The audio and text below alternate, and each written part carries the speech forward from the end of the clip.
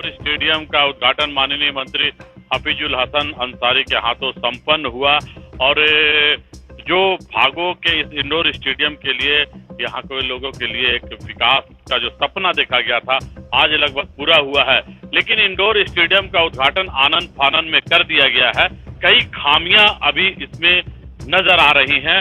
कहीं न कहीं आनन फानन में ठेकेदार की जो खामी है वो साफ साफ दिखाई पड़ रही है। इस इंडोर स्टेडियम को उद्घाटन समारोह में जिस ढंग से इस पूरे स्टेडियम में गंदगी दिखाई पड़ रही है, लाइट की जो व्यवस्था होनी चाहिए वो सही नहीं है और खेल के लिए जो पैमाना होना चाहिए वो भी सही दिखाई नहीं पड़ रही है। महज आनन फानन में ये खाना पूर्ति कर उद्घाटन तो कर दिया गया है, लेकिन क्या भविष्य में जब मंत्री के आने के बाद भी या मंत्री के उद्घाटन के समय भी जब इसको पूर्ण रूप से न सजाया गया, न संवारा गया, न साफ सुथरा किया गया, न इसकी बिजली व्यवस्था को ठीक की गई और उद्घाटन से पहले ही आप देख सकते हैं कि कई तरह की लाइट जो बिल्कुल टूट रही है और टूट के गिर रही, लाइट की व्यवस्था बिल्कुल खराब है। कई जाने माने बैडमिंटन के खिलाड़ी मधुपुर से चलकर यहाँ आए हैं, उन्होंने भी कई खामियां उजागर की हैं।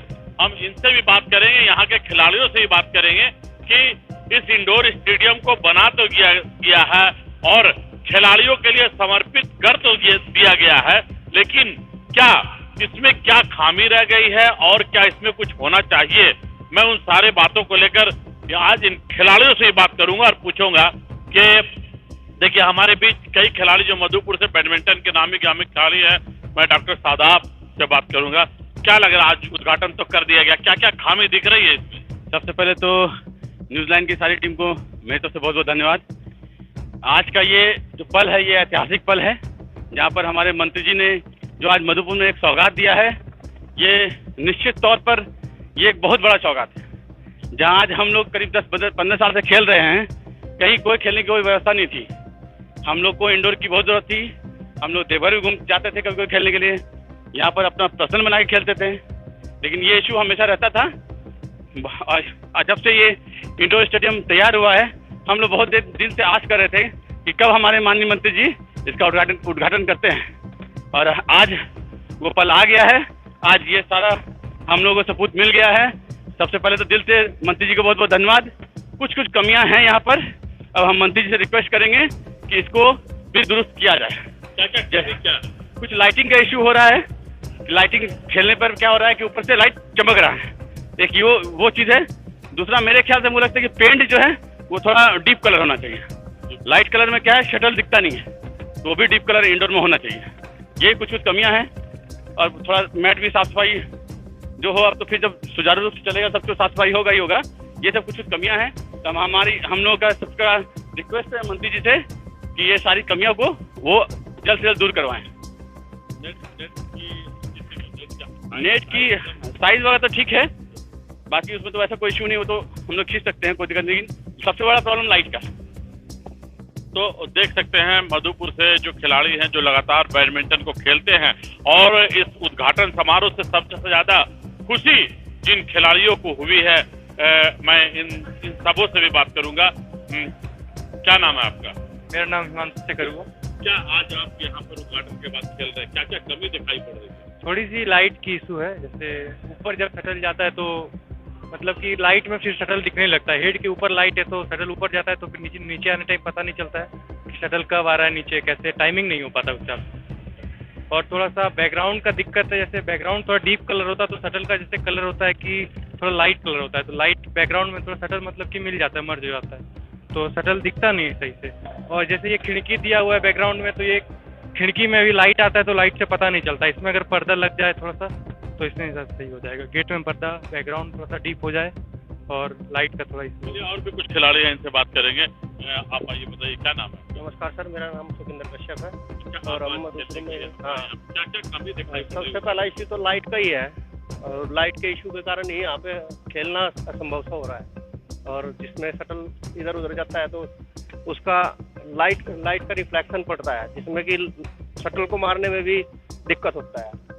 बस यही लाइट का ही दिक्कत है मैन, तो बस और सब तो अच्छा ही है।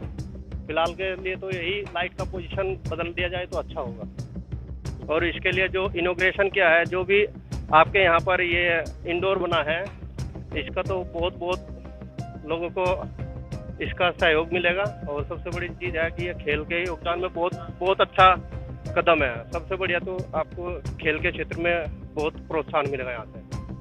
नमस्कार। ठीक है, तो आप देख सकते हैं कि जो खिलाड़ी हैं जो यहाँ खेल रहे हैं वो उन्होंने कमियों को उजागर किया है।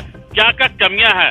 सबसे बड़ी चीज है जो टेक्निकल चीज इन्होंने बताई, जो पैमाना है कि जब खिलाड़ी जब यहाँ खेलने के लिए इस इंडोर स्टेडियम में उतरेंगे बैडमिंटन को, तो कलर बहुत मायने रखता है। चूंकि ये जो कलर डाला गया है किसी मायने में ये डीप कलर कहीं ना कहीं जाके कॉर्क से जो है मिल जा रहा है, शटल से मिल जा रहा है और शटल दिखाई नहीं पड़ रहा है।